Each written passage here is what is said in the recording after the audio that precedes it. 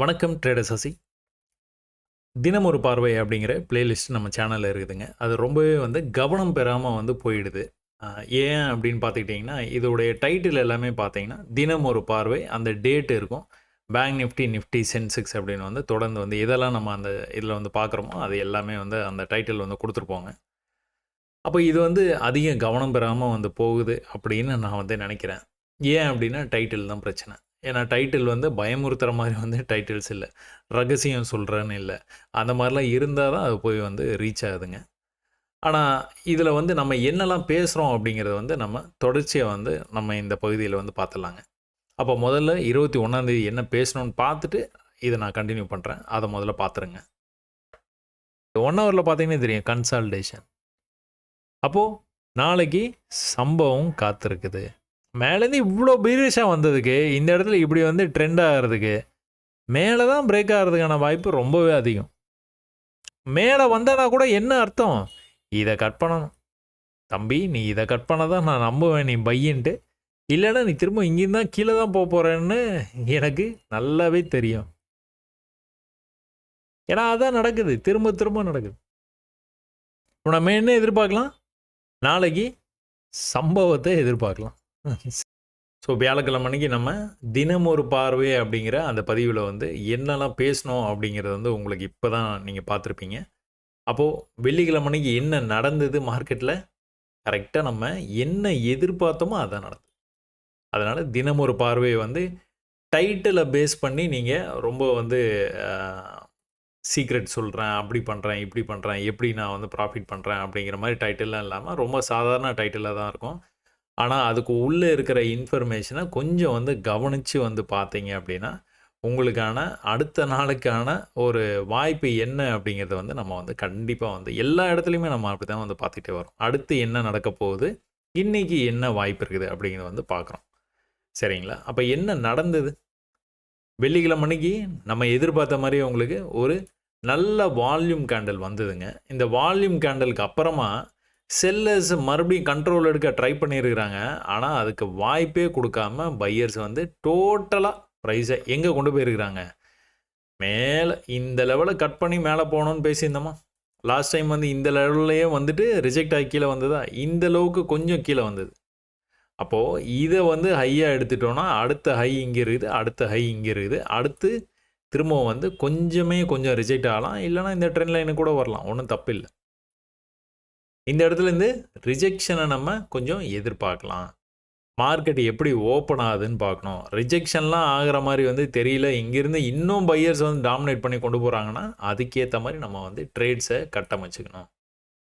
அப்போ 5 மினிட்ஸில் நீங்கள் போயிட்டு நீங்கள் மேலே பிரேக் ஆகி போகிற மாதிரி ஒரு வாய்ப்பு இருக்குது அப்படின்னு பார்க்கும்போது 5 மினிட்ஸில் என்ன மாதிரி வாய்ப்பு உங்களுக்கு கொடுத்துருக்குறான்னு பார்த்தீங்கன்னா தெரிஞ்சிடும். தொடர்ச்சியாக மேலே போயிருக்கிறான்னா, தொடர்ச்சியாக படிக்கட்டை ஏறி ஏறி ஏறி ஏறி மேலே போக ட்ரை பண்ணியிருக்கேன். ஒரு தடவை கூட அந்த லெவலுக்கு வரவே இல்லை. இதுலேருந்து இது வரைக்கும் நீங்கள் பார்த்துக்கிட்டிங்கன்னா எல்லா இடத்துலையும் அதான் நடந்திருக்கு. வெள்ளிக்கிழமைக்கு இதை பற்றி நம்ம டீட்டெயில்டாக டிஸ்கஸ் பண்ணியிருக்கிறோங்க. இப்போ நம்ம அடுத்து என்ன பார்க்கலாம்? ஃபின் நிஃப்டி, மிட் கேப் நிஃப்டிலாம் என்ன பேசணுங்கிறத பார்த்துருவோங்களா? இப்போ அதை பாருங்கள். பார்த்ததுக்கப்புறமா நம்ம திரும்ப அதை பார்ப்போம். பேங்க் நிஃப்டியில் எப்படி நம்ம ஒரு மேலே இந்த லெவலில் இந்த மாதிரி ஜோன் மாதிரி வரைஞ்சிட்டு உள்ளுக்குள்ளார இப்படி போகுதுன்னு பேசுகிறோமோ, அதே தான் ஃபின் நிஃப்டியில் நடந்துகிட்டு இருக்குது. ஸோ இது இன்னும் கூட நாளைக்கு ஓப்பன் பண்ணோன்னே இப்படி கீழே வந்துட்டு கூட இப்படி மேலே போகலாம். அப்புறம் நம்ம என்ன பண்ணுவோம், இப்படி ட்ரெண்ட் ஆகிட்டு இருக்குன்னு பார்ப்போம். அப்போ ட்ரெண்டை பிரேக் பண்ணி மேலே வந்துச்சுன்னு சொல்லுவோம். என்ன பண்ணாலும் இந்த லெவலில் கட் பண்ணும். ஒருவேளை இந்த லெவலில் கட் பண்ணாலும் கீழே போயிடுவோம். இந்த லெவலில் கட் பண்ணுற மாதிரி இருந்ததுன்னா இங்கேருந்து இத்தனை தடவை சப்போர்ட் எடுத்துக்க மாட்டான். 2 தடவை எடுத்துட்டான், 3 தடவை எடுத்துட்டான், இன்றைக்கி 4வது தடவையும் எடுத்துட்டான். தொடர்ந்து இங்கே சப்போர்ட் எடுத்துகிட்டே இருக்காங்க. இங்கே வந்தாலே எல்லாரும் மானாவாரியாக பை பண்ணுறாங்க. ஆனால் இந்த லெவலுக்கு மேலே போக முடியல. இந்த லெவலுக்கு மேலே போனான்னா நல்லா அப்படியே படிக்கட்டில் ஏறி பாட்டுக்கு பொறுமையாக மேலே போகிறதுக்கான வாய்ப்பு எக்கச்சக்கமாக இருக்குது. ஃபின் நிஃப்டியில் வியாழக்கிழமை அன்னைக்கு என்ன நடக்க வாய்ப்பு இருக்குது அப்படிங்கிறத நம்ம பேசியிருப்போம்.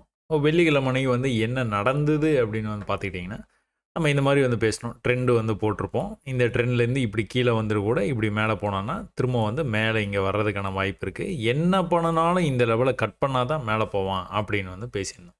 இப்போது வெள்ளிக்கிழமை அன்னைக்கு என்ன நடந்ததுன்னு பார்த்தீங்கன்னா, இந்த ட்ரெண்டை இங்கேயே வந்து பிரேக் பண்ணி மேலே போயிடுச்சு ப்ரைஸு. இந்த இடத்துலேருந்து மேலே போன ப்ரைஸு எக்ஸாக்டாக நம்ம இந்த லெவலுக்கு மேலே போகணும்னு எதிர்பார்க்குறோம்.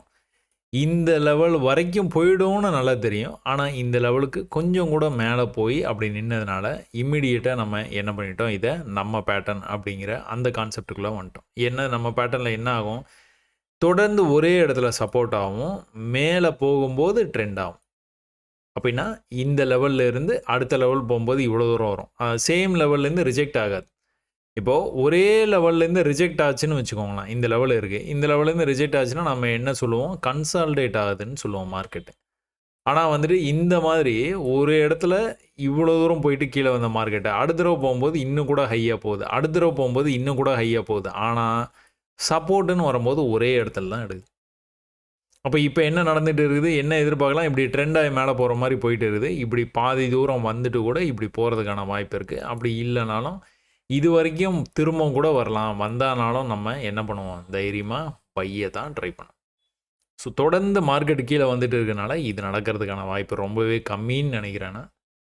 என்ன நடக்க வாய்ப்பு இருக்குது, ஏதோ ஒரு இடத்துல இருந்து அவன் திரும்பவும் வந்து அப் ட்ரெண்டை வந்து கண்டினியூ பண்ணுறதுக்கான வாய்ப்பு நிறையா இருக்குது. அப்போது தினம் ஒரு பார்வையில் இந்த மாதிரி விஷயங்கள்லாம் தொடர்ந்து வந்து பார்த்துட்டு இருக்கிறோம். என்ன பண்ணுவீங்க, தினம் ஒரு பார்வையை ஸ்கிப் பண்ணாமல் வந்து பார்ப்பீங்கன்னு நான் நம்புகிறேன். அடுத்து என்ன பண்ணுவோம், மிட் கேப் நிஃப்டியில் என்ன பேசணும் அப்படிங்கிறத வந்து பார்த்துட்டு வருவோமா. இதில் ஒரே இடத்துல வந்து உங்களுக்கு பர்ஃபெக்டாக வந்து சப்போர்ட் எடுத்துகிட்டு இருக்குது, இப்படி வந்து போயிட்டு இருக்குது. இப்போ தெரியுதுங்களா, ஒரே இடத்துல சப்போர்ட் எடுக்குது, இப்படி கீழே வந்து மேலே போயிருக்குது, இப்படி கீழே வந்து மேலே போக ட்ரை பண்ணுது, மேலே போச்சு அப்படின்னா இங்கே வரைக்கும் போக வாய்ப்பு. இதான் நம்ம பேட்டர்ன் தொடர்ந்து வருது. இது வந்து அடிக்கடி உங்களால் வந்து பார்க்க முடியும் அப்படின்னு வந்து சொல்கிறோம் பார்த்தீங்களா. அதனால தான் நம்ம பேட்டர்னே இதை அட்ரஸ் பண்ணுறோம். இப்போ மிட் கேப்பில் வேலைக்கிழமைக்கு என்ன பேசணும் அப்படிங்கிறது இப்போ பார்த்தீங்க. இப்போ வெள்ளிக்கிழமைக்கு என்ன நடந்ததுன்னு பார்த்துக்கிட்டீங்க அப்படின்னா, ப்ரைஸ் வந்து தொடர்ச்சியாக வந்து மேலே தான் வந்துட்டு இருந்தது. இது எந்த இடத்துல வந்து நின்றுக்குதுன்னு பார்த்தீங்கன்னா, ப்ரீவியஸ் ஹை இருக்குது பார்த்தீங்களா, அங்கேயே வந்து நின்றுச்சு. இப்படி நின்னா கூட நம்ம வந்து நம்ம பேட்டர்னில் வந்து என்ன எதிர்பார்ப்போம் அப்படின்னா, இந்த ஹைக்கு கொஞ்சமாச்சும் மேலே போயிட்டு ஒரு புது ஹை வச்சுட்டு அதுக்கப்புறம் கீழே வர மாதிரி இருந்தால் கூட வரணுமே ஒழிய, அப்படியே வந்து வர்றதுக்கான வாய்ப்பு ரொம்பவே கம்மி. அப்போ இங்கேருந்து என்ன பண்ணிகிட்டு இருக்கிறான், ட்ரெண்டு பண்ணி மேலே போயிட்டு இருக்கிறான். இந்த ட்ரெண்டை தொட்டுட்டு மறுபடியும் கொஞ்சமாக மேலே போய் கட் பண்ணணும் அப்படின்னா கீழே வர்றதுக்கு வாய்ப்பு இருக்குது. ரொம்ப கீழே வர்றதுக்கான வாய்ப்பு இதுலேயும் வந்து ரொம்பவே கம்மி.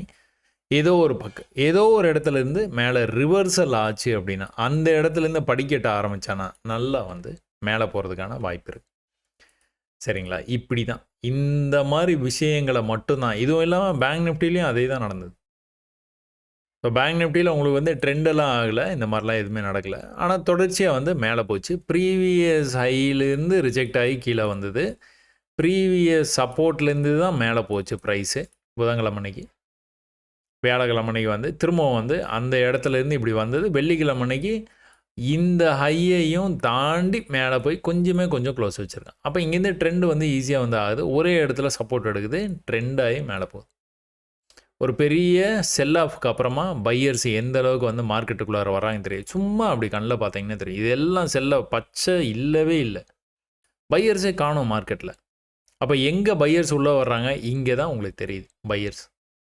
இல்லைங்க, இங்கே செல்லர்ஸ் வந்து ஸ்ட்ராங்காக இருக்கிறாங்கன்னு நீங்கள் வந்து வாதம் பண்ணலாம். இருந்தாலும் வந்து இங்கெல்லாம் நீங்கள் தேடும்போது இல்லாத பையர்ஸு இங்கே வந்து கொஞ்சம் அதிகமாகவே இருக்கிறாங்க.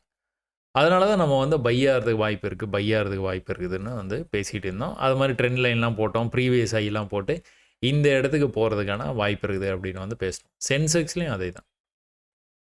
ஸோ சென்செக்ஸ்லேயும் வந்து ஒரே இடத்துல தான் வந்து அவன் வந்து சப்போர்ட் எடுத்துக்கிட்டே இருந்தான். இந்த இடத்துக்கு போய் தான் ரிஜெக்ட் ஆனான். இது என்ன இடம், ப்ரீவியஸாக சப்போர்ட் எடுத்த இடம். அதை பிரேக் பண்ணி ஈஸியாக கீழே வந்துச்சு ப்ரைஸ். அப்போ இந்த இடத்துல ரெசிஸ்ட் ஆகி தான் கீழே வந்தது ப்ரைஸ். இவ்வளோ தூரம் விழுந்த ப்ரைஸு இந்த இடத்துலலாம் ஒரு சின்ன மேலே வந்து மூவ் வந்து இருந்தது.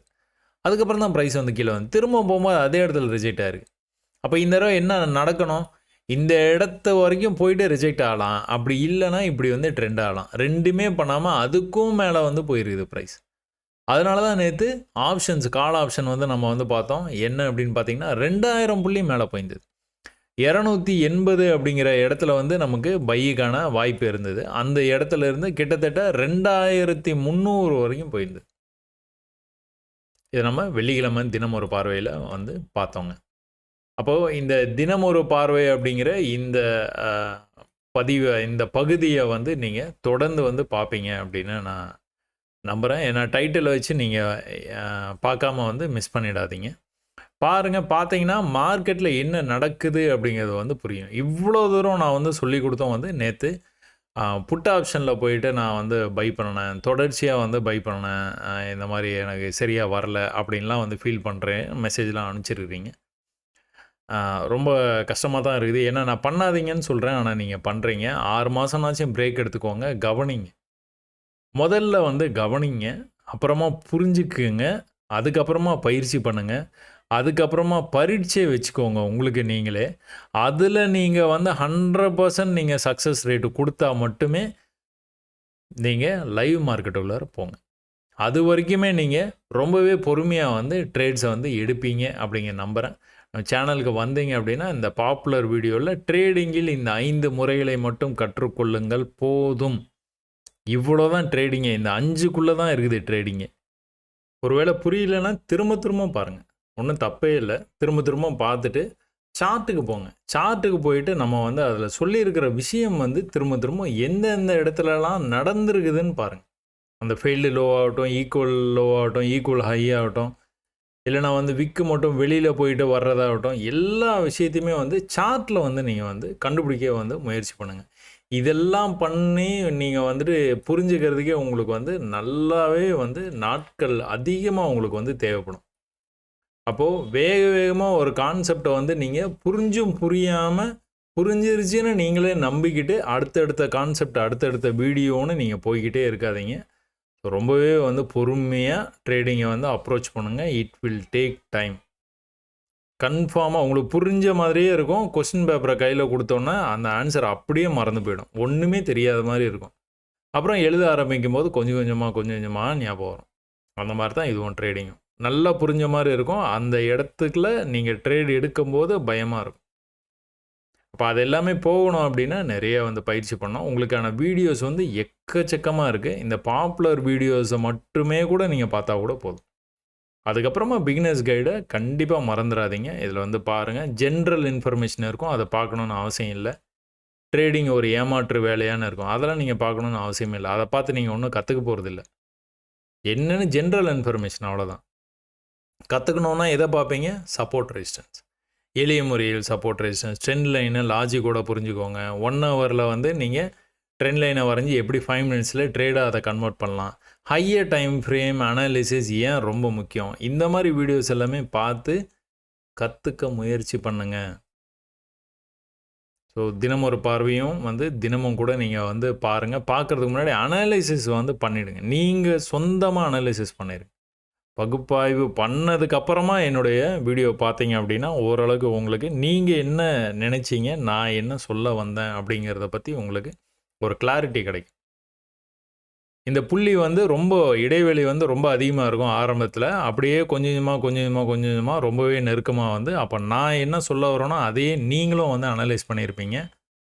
அந்த இடத்துல தான் உங்களுக்கு மார்க்கெட் கொஞ்சம் நஞ்சம் புரிஞ்சுது அப்படின்னு நீங்களே வந்து அ உங்களுக்கு நீங்களே வந்து மதிப்பெண் குடுத்துக்கணும்னு நெனச்சீங்கன்னா, அது அது என்னைக்கு நம்ம 2 பேரும் வந்து ஒரே மாதிரி வந்து சொல்றோமோ, அன்னையிலேருந்து வந்து நீங்க அடுத்த கட்டத்துக்கு வந்து போலாம். ஸோ, இது ரொம்பவே முக்கியமான ஒரு விஷயங்க. தினம் ஒரு பார்வை. 120 வீடியோஸ் வரைக்கும் போயிடுச்சு.